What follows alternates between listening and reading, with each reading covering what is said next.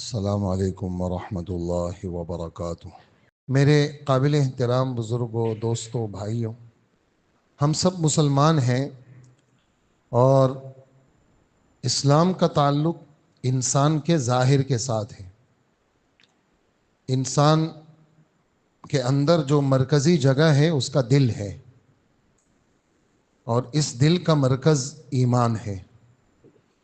ایمان، اس کے اثرات تو ظاہر پہ نظر آتے ہیں،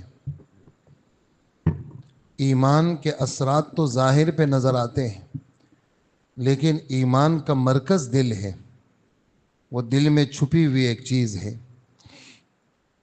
جو کل قیامت کے دن روشنی کی شکل میں نمودار ہوگی۔ اسی وجہ سے ہمارے امام ابو حنیفہ رحمۃ اللہ علیہ فرماتے ہیں کہ ایمان میں مقدار کے اعتبار سے کمی زیادتی نہیں ہوتی، کیفیات کے اعتبار سے تو بشاشت آتی ہے۔ کبھی طبیعت بہت بشاشت والی ہوتی ہے اور آدمی کو ہر نیکی میں دل لگتا ہے اس کا، تو یہ ایمان بڑا ہے، لیکن کیفیت کے اعتبار سے، مقدار کے اعتبار سے ایمان نہ گھٹتا ہے نہ بڑھتا ہے۔ اور حضرت فرماتے ہیں، یعنی امام ابو حنیفہ رحمۃ اللہ علیہ، کہ ایمان ایک نورانی کیفیت کا نام ہے جو انسان کے دل میں ہوتا ہے۔ اور حدیث مبارک میں ایک عجیب جملہ ہے کہ جب آدمی کسی بڑے گناہ میں ملوث ہوتا ہے تو ایمان اس کے دل سے نکل جاتا ہے، اور جس طرح چھتری یا سائبان وہ اوپر سر پہ ہوتے ہیں تو ایمان نکل کے اوپر آ جاتا ہے، اور جب یہ گناہ سے فارغ ہوتا ہے تو پھر ایمان واپس آ جاتا ہے۔ تو اس میں بھی یہی بات ہے کہ ذات ایمان تو تب نکلتا ہے جب آدمی صراحتاً کفر کا ارتکاب کرے۔ یہ جو ایمان نکل جاتا ہے اس سے نور ایمان اور کیفیت ایمان مراد ہے، ذات ایمان مراد نہیں ہے۔ مومن وہ کبھی بھی کافر نہیں ہو سکتا الا یہ کہ نعوذ باللہ مذہب کو بالکل چھوڑ دے۔ اسی وجہ سے جہاں کہیں ہمارے فقہائے کرام فقہ کی کتابوں میں مسئلہ بتاتے ہیں تو کہ جی فلانا مرتد ہو گیا تو اس کا یہ حکم ہے، تو وہ ایسے مرتد ہو گیا کو ایسے نہیں گزر جاتے، بلکہ یہ لفظ بیچ میں لاتے ہیں، فلانا مرتد ہو گیا تو کہتے ہیں اللہ ہم سب کو پناہ دے، آگے پھر حکم بتاتے۔ اس لیے کہ مذہب سے بیزاری یہ آدمی کے ایمان کے نکلنے کا سبب بنتا ہے۔ گناہ چاہے کتنا بڑا ہو، کفر اور شرک کے علاوہ گناہ چاہے کتنا بڑا ہو، اس کے کرنے سے آدمی کافر نہیں ہوتا۔ گناہ چاہے کتنا بڑا ہو، اس کے کرنے سے آدمی کافر نہیں ہوتا۔ اور جن احادیث میں یہ جملہ ہے کہ جس نے نماز کو چھوڑا وہ کافر ہو گیا، تو اس میں حضرات محدثین یہ جملہ کہتے ہیں کہ جس نے نماز کے چھوڑنے کو حلال سمجھا تو وہ کافر ہوا، اور کافر ہو گیا۔ ایک جواب یہ دیتے ہیں کہ جس نے نماز کو چھوڑا کافر ہو گیا، یعنی مستقبل میں کفر کا خطرہ ہے، فوراً نماز کے چھوڑنے سے کافر ہو گیا ایسا نہیں ہے۔ تو یہ ایک مستقل بحث ہے اہل سنت والجماعت کی، اور کافی تفصیلی ہے، صرف ایک اشارہ ذہن میں رکھیں کہ ہم لوگ اہل سنت والجماعت ہیں۔ اہل سنت کا مطلب کہ ہم اللہ کے رسول کی حدیثوں کو مانتے ہیں، اور جماعت کا مطلب ہم صحابہ کو مانتے ہیں، اس زمانے کے اکابر، اور جنہوں نے حضور کی شاگردی اختیار کی، انہوں نے مذہب لیا، وہ ہم تک پہنچا، تو ہم لوگ اہل سنت والجماعت ہیں۔ تو ان کا مسلک یہ ہے کہ کبیرہ گناہ سے آدمی کافر نہیں ہوتا، کبیرہ گناہ سے کافر نہیں ہوتا۔ ہاں، کبیرہ گناہ توبہ سے معاف ہوتا ہے. کبیرہ گناہ وہ نیک عمل سے معاف نہیں ہوتا. نیک عمل سے چھوٹے گناہ معاف ہوتے ہیں اور کبیرہ گناہ توبہ سے معاف ہوتا ہے. اور توبہ میں 3 شرائط ہیں. بات چل پڑی تو سن لیجئے. توبہ میں اصلی شرط یہ ہے کہ آدمی کا دل غمگین ہو. یہ حرکت مجھ سے کیوں ہوئی؟ ندامت، شرمندہ. اتنی ساری نعمتیں تھی اللہ کی اور میں نعمتوں میں ڈوبا ہوا، پھر میں نے یہ حرکت کی. تو یہ جو اندر کی ایک کیفیت ہے شرمندگی والی، یہ اصل توبہ ہے. اصلی توبہ جو آگے آپ بڑھیں گے گناہ کے چھوڑنے پر، آگے آپ بڑھیں گے آئندہ نہ کرنے پر، یہ 2 شرطیں بھی ہیں، لیکن اصلی چیز وہ شرمندگی ہے، اندر کی ندامت ہے. تو توبہ اسی وجہ سے حضرت عبداللہ ابن عمر فرماتے ہیں رضی اللہ عنہ، ہم حضور کے ساتھ بیٹھتے تھے، محفل لگی ہوئی ہوتی تھی. تو ایک دن میں نے دیکھا بات بھی چل رہی ہے اور ساتھ ساتھ میں حضور ایک استغفار بھی پڑھ رہے ہیں. تو میں نے گننا شروع کیا کہ بھئی بیان بھی چل رہے ہو، ساتھ ساتھ میں حضور ہر تھوڑی دیر کے بعد یہ استغفار بھی پڑھ رہے ہیں.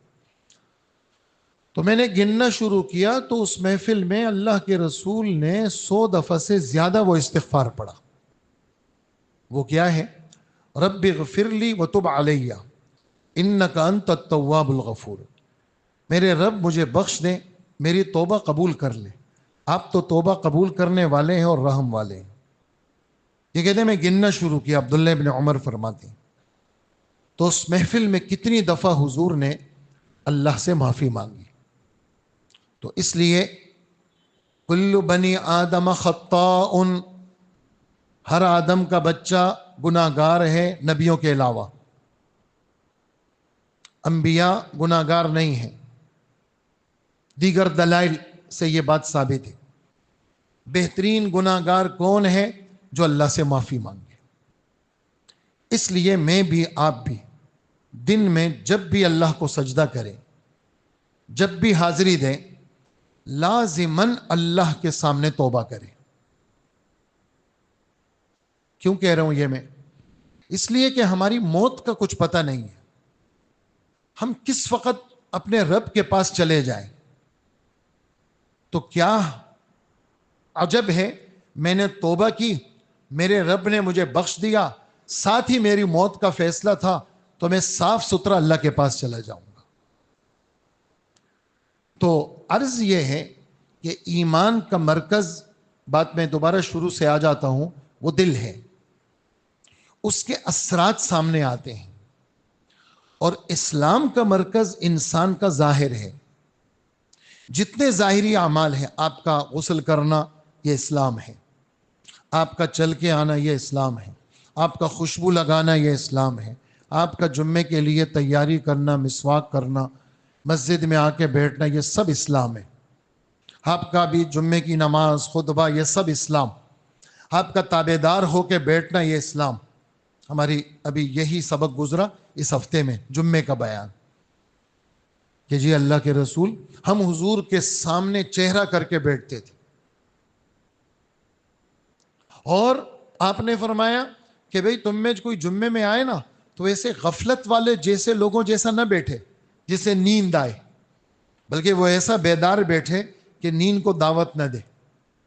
مثلا اللہ کے رسول نے فرمایا سورین زمین پہ رکھ کے دونوں گھٹنے کھڑے کر دیے اور ہاتھ ایسے ڈال دیے تو تھوڑی دیر میں آنکھ لگ جائے گی، اونگ آ جائے گی. ہر ایسی نشست سے بچو، ہر ایسی نشست سے بچو جس سے تمہیں نیند آئے. اسی طرح تمہیں جمعے کے اندر جہاں جگہ ملے وہاں بیٹھ جاؤ. اور جو آدمی جیسے گردن پھلانگتا ہوا آتا ہے، عجیب الفاظ ہیں، فرمایا کہ یہ دوزخ کے لیے پل تیار کر رہے ہیں. یہ صف میں نہیں آ رہا، یہ دوزخ میں جا رہے ہیں. لاؤ، حالانکہ وہ وہاں سے چلا صفوں کو چیرتا ہوا یہاں آنا چاہ رہے ہیں. تو اللہ کے رسول فرماتے ہیں اتخذ جسرا الی جہنم، یہ صف میں نہیں آ رہا، یہ تو دوزخ جا رہا ہے، دوزخ کی طرف راستہ کلیئر کر رہا ہے یہ. نعوذ باللہ. یہ آداب ہیں. جمعے کے دن بیان چل رہا ہو، تم نے دو دو کی ٹولیاں بنا کے گپے لگا رہے ہو، منع فرمائیں. خطبہ ہو رہا ہے، فرمایا جب امام خطبے کے لیے نکل آئے فلا صلاۃ ولا کلام، نہ نماز کی اجازت نہ بات کی اجازت. اور اگر تو نے کوئی گڑبڑ کر رہا تو تو نے کہا وہ چپ ہو جا، تیرے یہ چپ ہو جانے کا لفظ بھی غلط ہے. تو اپنا قبلہ ٹھیک کر اور خطبے کو توجہ سے کے ساتھ سن. جمعے کے آداب. ہم حضور کی طرف چہرہ کر کے بیٹھتے تھے، با ادب بیٹھتے تھے. اور فرمایا جو آدمی جمعے میں آئے اور ادھر ادھر دیکھے، نہ بیان سنے نہ نماز پڑھے، کچھ بھی نہیں، بس اس کی سوچیں ادھر ادھر ہیں، فرمانے لگے یہ گدھا ہے جس کے اوپر کتابیں لاد دو. تو گدھے کو کتابوں سے، قرآن سے کیا فائدہ؟ کہ یہ بھی گدھا ہے جس کو جمعے کے آداب کا پتہ نہیں. اور فرمایا جمعہ کس کا ہے؟ کہ جمعہ اس کا ہے جو آیا اور چل کے آیا. اللہ اکبر. غسل واغتسل، بچوں کو بھی کہا بچوں جلدی کرو، تیاری کرو. خود بھی تیار ہوا. اور تمہارا کیا بگڑ جائے گا؟ تمہارا ایک اچھا سا سوٹ جمعے کے لیے ہونا چاہیے. یہ آپ کے الفاظ ہیں.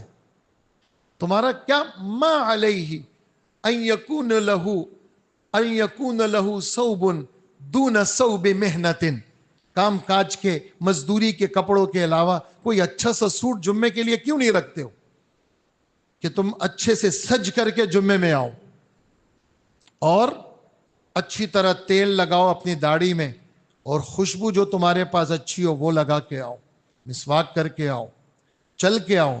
بہت دور گھر ہے تو پھر گاڑی میں بھی آ سکتے ہو، لیکن پیدل آؤ.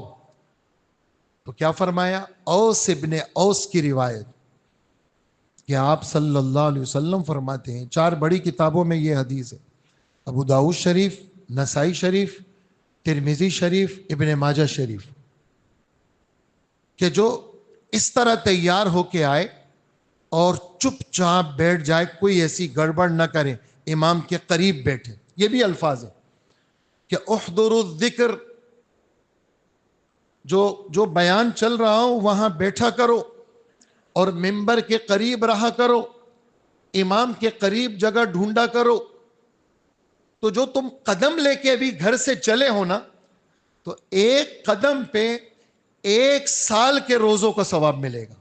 یہ کل پرسوں یہ حدیث گزری، میں نے کہا آپ کو سناؤں گا. ایک قدم پہ 1 سال کی روزوں کا ثواب ملے گا، اور ایک قدم پہ 1 سال کے رات کے قیام کا ثواب ملے گا. حساب لگائیں، 1000 قدم بندے نے لیے تو جمعہ ہی اس کا ایسا ہو گیا کہ کچھ نہ پوچھو. اور پھر فرمایا جو پہلے پہلے جمعے میں آئے گا، 1:30 بجے جمعہ ہے، یہ آ گیا جی پہلے پہلے. اور آپ فرماتے ہیں ان الملائکہ وقفت علی ابواب المسجد، فرشتے مسجدوں کے دروازوں پر لوگوں کے نام انٹری ہوتی ہے، جناب نام لکھے جاتے ہیں. جو پہلے پہلے جمعے میں آیا اس کو اونٹ کے صدقے کے ثواب. اس کا مطلب فرسٹ سیکنڈ تھرڈ نہیں ہے، اس کا مطلب یہ ہے کہ اس پورے وقت کو 1:45 سے لے کر 12:30 1:45 سے یہ وقت 20-20 منٹ میں تقسیم کرو، 15-15 منٹ میں اس کو بانٹ لو. پہلے 15 منٹ میں جو آیا اس کو اونٹ کے کس کے صدقے کا ثواب، دوسرے 15 منٹ میں جو آیا اس کو گائے کے صدقے کا ثواب، تیسرے میں جو آیا اس کو بکری، بھیڑ، دمبا، یہ جو چھوٹے جانور ہے اس کے صدقے کا ثواب، اور اگلے 15 منٹ میں جو آیا وہ چوتھے 15 منٹ میں تو مرغی کے صدقے کا ثواب، اور اس کے بعد جو آیا اس کو انڈے کے صدقے کا ثواب. اور جب امام خطبے کے لیے بیٹھا طووا صحفہم، فرشتے اپنا رجسٹر لپیٹ لیتے ہیں. ہمارے ہاں سب سے زیادہ لوگ اسی وقت آتے ہیں. فرشتے یہ باتیں سنائیں آپ لوگوں کو، یہ باتیں ہیں آپ کی فرمائی ہوئی ہیں. تو جمعے کو عزت دینا. پھر جس نے جمعہ ایسا پڑھا جو دلکش جمعہ تھا، تو صرف یہ 7 دن کا اجر نہیں ملے گا اس کو، بلکہ 10 دن کے اس کے پچھلے گناہ اللہ معاف کر دیں گے. ہاں، ایک ہفتہ 7 دن کا اور 3 دن اور 10 دن کے پچھلے گناہ جمعے کے پڑھنے کی برکت سے معاف ہو جاتے ہیں. یہ ظاہر ہے اسلام. تو یہ اسلامی چیزیں ہیں. اس کا تعلق ہمارے بدن کے ساتھ ہے. تو جب آدمی، غور سے سنیے گا یہ بات، جب آدمی ان ظاہری چیزوں کو لے گا، علم میں لے گا پھر عمل میں لے گا، یہ ظاہری چیزیں اٹیک کریں گی، اثر کریں گی اور مضبوط کریں گی اس کے دل کے ایمان کو. کبھی حالات دنیا کے ایک جیسے نہیں ہوتے، قسم قسم حالات سے دوچار ہوتے ہیں.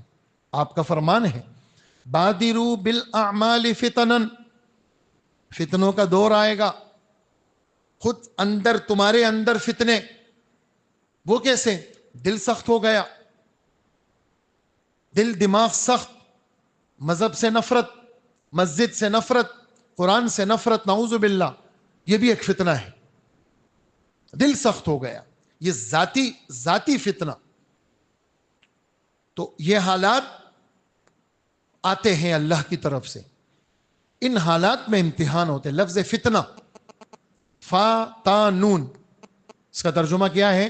لفظی ترجمہ اس کا ہے سونے کو آگ میں ڈال کر کے اس کے کھرے کھوٹے کو پہچاننا.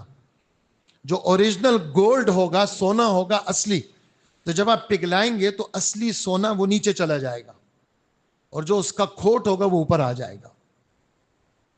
تو جو سونے کو آگ میں جب ڈالا جائے تو اس کو فتنہ کہتے ہیں. تو انسان پر قسم قسم حالات آتے ہیں. تو ان حالات میں پھر یہ جو دل کا ایمان ہے یہ آدمی کو بچاتا ہے. اس وجہ سے یہ ظاہری چیزوں پر کوشش کریں کہ عمل کریں. ان ظاہری چیزوں کو ہلکا پھلکا نہ لیں. اور ایک اور اہم بات وہ یہ ہے کہ ہر آدمی مسئلہ بتا رہا ہے. موبائل بھی مسئلہ بتاتا ہے اور 100% غلط بتاتا ہے. اس لیے ہم نے مسئلہ اس سے پوچھنا ہے جس نے استادوں کے سامنے بیٹھ کے پڑھا ہے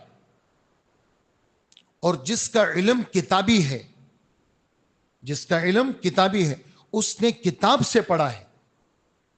اور جس کا علم تحقیقی ہے، پختہ ہے، اس سے مسئلے کو پوچھا کرے. جیسے راستے میں چلنے والا کوئی بندہ دوائی لکھ دے، لیتے ہیں؟ کبھی بھی نہیں لیتے. پتہ نہیں یار کون ہے. اس فن کے ماہر کو دیکھتے ہیں. اس فن کا، دل کا ڈاکٹر ہے یار، مہارت بتاؤ اس کی، کتنے مریض اس سے شفا یاب ہوئے. پھر آدمی اپنے علاج کا فیصلہ کرتا ہے.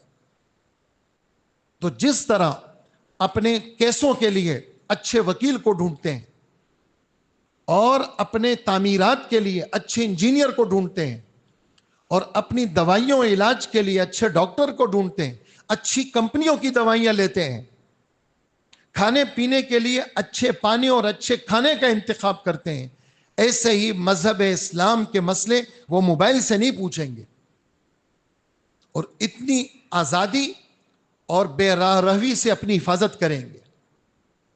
تو مرکز، بدن کا مرکز اسلام، اس بدن، وہ بدن میں اترتا ہے. اس لیے شریعت کو تشبیہ دی ہے لباس کے ساتھ. شریعت کو تشبیہ دی ہے کس کے ساتھ؟ لباس کے ساتھ. اور لباس، یار میرا جو ناپ ہے نا یار، بڑا اچھا ناپ ہے میرا، دیکھو سب آستین اور میری لمبائی اور گہرائی، یہ سب چیزیں پوری ہیں. تو لباس یہ بدن پہ پورا اترتا ہے. ایسے ہی شریعت بدن پہ اترتی ہے. آنکھوں کی شریعت، زبان کی شریعت، کانوں کی شریعت. یہ مذہب اسلام، اس کا مرکز ہمارا بدن ہے.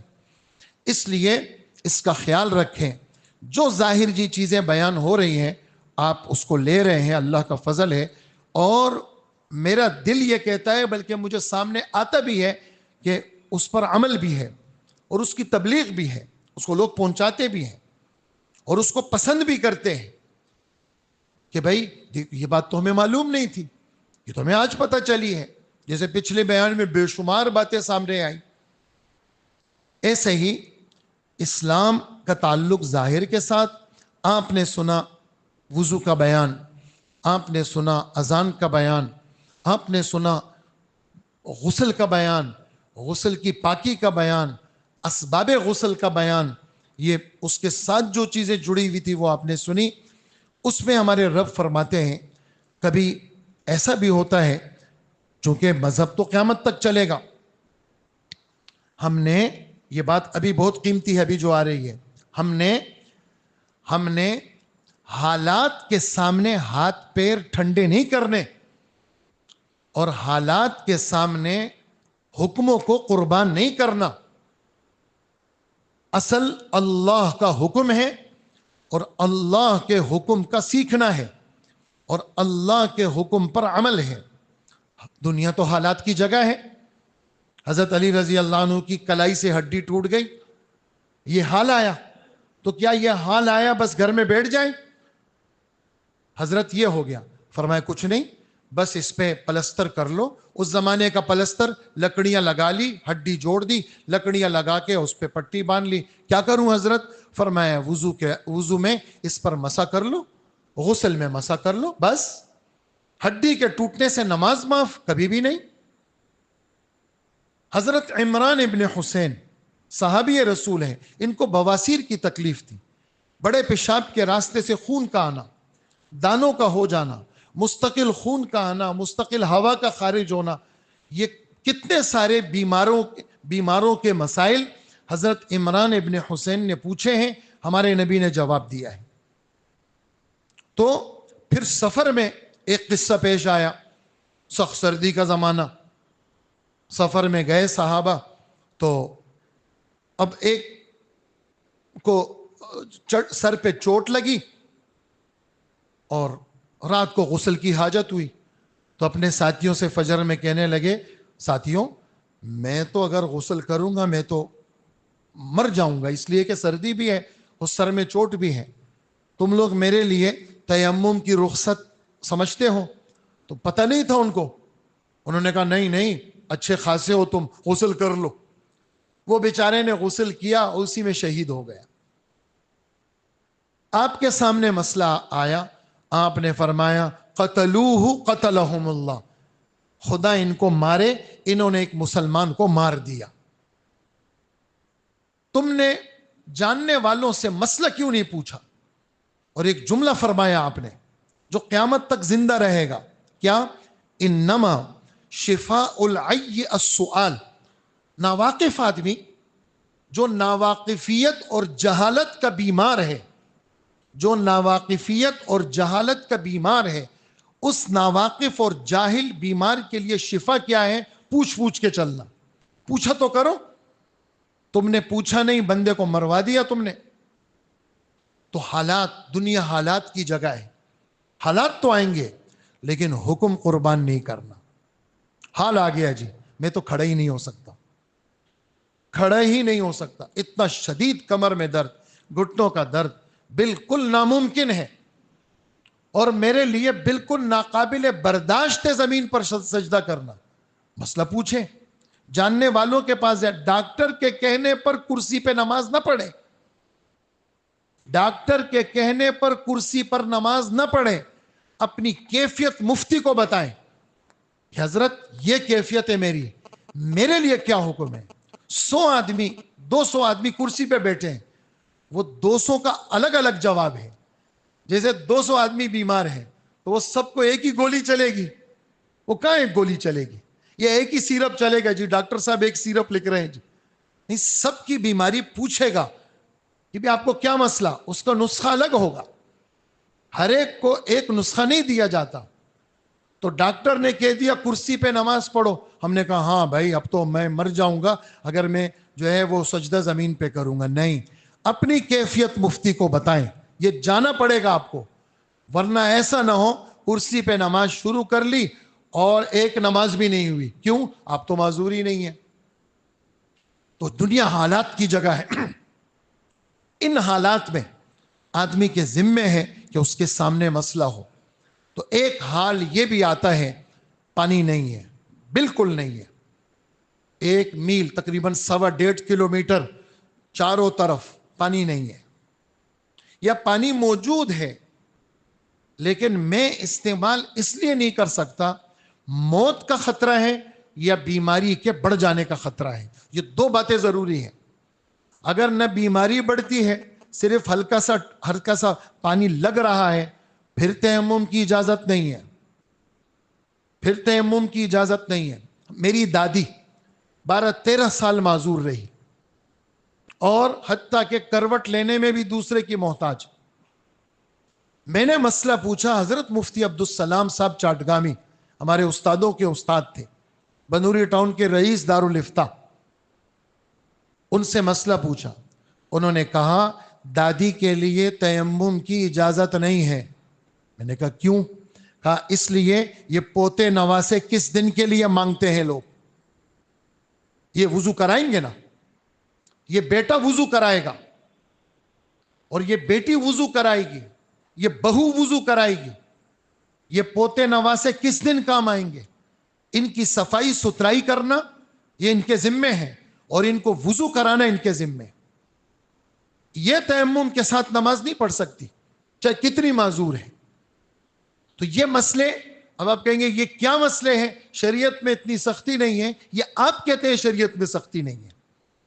شریعت ایک قاعدہ اور قانون ہے.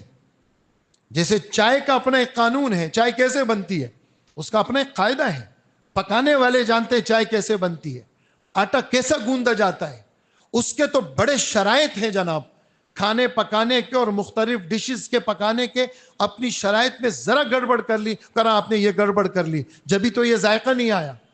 جب آپ کی ایک معمولی سی ڈش اس کے اپنے شرائط ہیں, تو اتنی بڑی شریعت اس کا کوئی شرط نہیں ہوگا. جس کے پیدا کرنے والے اللہ ہے اور اس کو نافذ کرنے والے محمد الرسول اللہ ہے. تو یہ فرما رہے ہیں کہ بھائی پانی پر قدرت نہیں ہے, پاس پانی نہیں ہے موت کا اندیشہ یا بیماری کے بڑھ جانے کا اندیشہ. ارشاد فرمایا کہ تم میں سے کوئی ایسا بیمار ہے, اس لفظ تو ہمارے رب نے بیمار کہا, لیکن تشریح آپ کو احادیث میں ملے گی اس کی. یا تم میں سے کوئی شخص ایسا ہے جو مسافر ہے. مسافر بس گھر سے نکل گیا جی, وہ مسافر. صدر جا رہے وہ بھی مسافر, بولٹن مارکیٹ جا رہا ہوں جی میں مسافر. ہیں ایسے سر پھرے جو کہتے ہیں بولٹن مارکیٹ کوئی جائے وہ بھی مسافر ہے. نہیں, مسافر آپ کا 48 میل جو تقریباً 75 کے لگ بھگ قریب 72-74 کلومیٹر ہے, 48 میل کا سفر اس کا آپ کا ارادہ ہے, اور آپ نکل گئے, اور آپ اپنے شہر کے حدود سے جو آپ کا ٹول پلازا ہے, چاہے اس کے بعد کراچی کی آبادی اس کی بات بھی ہے, لیکن جو حد بندی مقرر ہوئی ہے اس کے باہر آپ نکل گئے, اب آپ شرعی مسافر ہیں. تو ایسا مسافر جس کے پاس پانی کا کوئی بندوبست نہیں ہے, اس کے لیے تیمم کی اجازت ہے.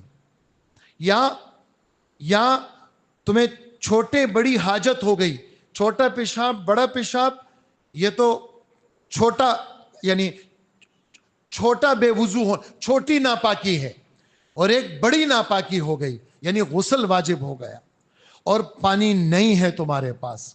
یہ ساری صورتیں میرے رب نے اس آیت میں بیان کی جو میں نے آپ کی خدمت میں آیت پڑھی, کہ پانی پر قدرت نہیں ہے اور تمہیں اس وقت نماز کی ضرورت ہے. کیا کرو؟ ہمارے رب فرماتے تیمموا سعیدا طیبا. تیمم, لفظ تیمم اس کا اپنا اندرونی معنی ہے ارادہ کرنا, قصد کرنا. اسی وجہ سے تیمم میں 3 فرض ہیں. سب سے پہلے نیت کرو. وضو میں نیت سنت ہے, ضروری نہیں ہے. اگر آپ نے بغیر نیت کے بھی آپ نے وضو کے اعضاء دھل گئے, نیت نہیں ہے آپ کی, پھر بھی آپ نماز پڑھ سکتے ہیں. لیکن اگر آپ نے تیمم میں نیت نہیں کی تو آپ کی پاکی نہیں ہوگی. وجہ یہ جو مٹی ہے اپنی ذات میں پاک کرنے والی نہیں ہے, بلکہ یہ تو گندا کرے گی آپ کو, دھول مٹی میں ملوث کرے گی. ہاں, پاکی تب بنے گی جب آپ نیت کریں گے کہ میں نماز کے لیے نیت کر رہا ہوں, قرآن پڑھنے کے لیے, ہر وہ کام جو وضو کے ساتھ صحیح ہوتا ہے میں اس کی نیت کر رہا ہوں پاکی حاصل کرنے کی. نیت کر لی آپ نے, پھر اس کے بعد پاک مٹی کی جنس، کلر والی چیز نہیں، ہر وہ چیز جو آگ سے جل جاتی ہے، ہر وہ چیز جو آگ سے جل جاتی ہے اس پہ تیمم نہیں ہو سکتا۔ وہ چیز جو آگ میں جلے نہیں، وہ چیز اس پہ تیمم ہوگا۔ جیسے چونے کی دیوار، سیمنٹ ہے اور مٹکا ہے اور کوئی بھی اینٹ ہے، کچی یا پکی اینٹ ہے، مٹی کی کچی یا پکی اینٹ ہے، لیکن پینٹ ہے، شیشہ ہے اور لکڑی ہے، ہاں اگر اس پہ مٹی لگی ہوئی ہے تو کر سکتے ہیں، نہیں تو مٹی والی چیزیں، اس پہ آپ سنگ مرمر ہے، اس پہ آپ یوں ہاتھ مارا اپنے، اور آپ نے پیشانی کے سے لے کر کے پورا جیسے آپ چہرہ دھوتے ہیں ویسے ہی آپ نے ہاتھ پھیر لیا۔ یہ 2 فرض ہو گئے۔ نمبر 1 نیت کرنا، نمبر 2 ہاتھ ایک دفعہ مار کر کے چہرے پہ ایسا پھیرنا کہ کوئی جگہ پھرنے سے رہ نہ جائے۔ نمبر 3 پھر دونوں ہاتھ مار دیے، الٹے ہاتھ سے کونیوں سے شروع کریں، کونی سے، سیدھے ہاتھ کی کونی سے، اور پورا نیچے تک لے جائیں تاکہ یہ انگلیاں، اس کے جوڑ، اس کے اندر کی یہ سب چیزیں، گھڑی ہے تو وہ اتار دیں، انگوٹھی ہے، چھلا ہے، اس کو حرکت دے دیں، یہ پورا آپ اپنے الٹے ہاتھ سے سیدھے ہاتھ پہ مسا کر لیں اور سیدھے ہاتھ سے پھر الٹے ہاتھ پہ مسا کر لیں۔ یہ آپ وضو کی ضرورت تھی، آپ کا وضو ہو گیا۔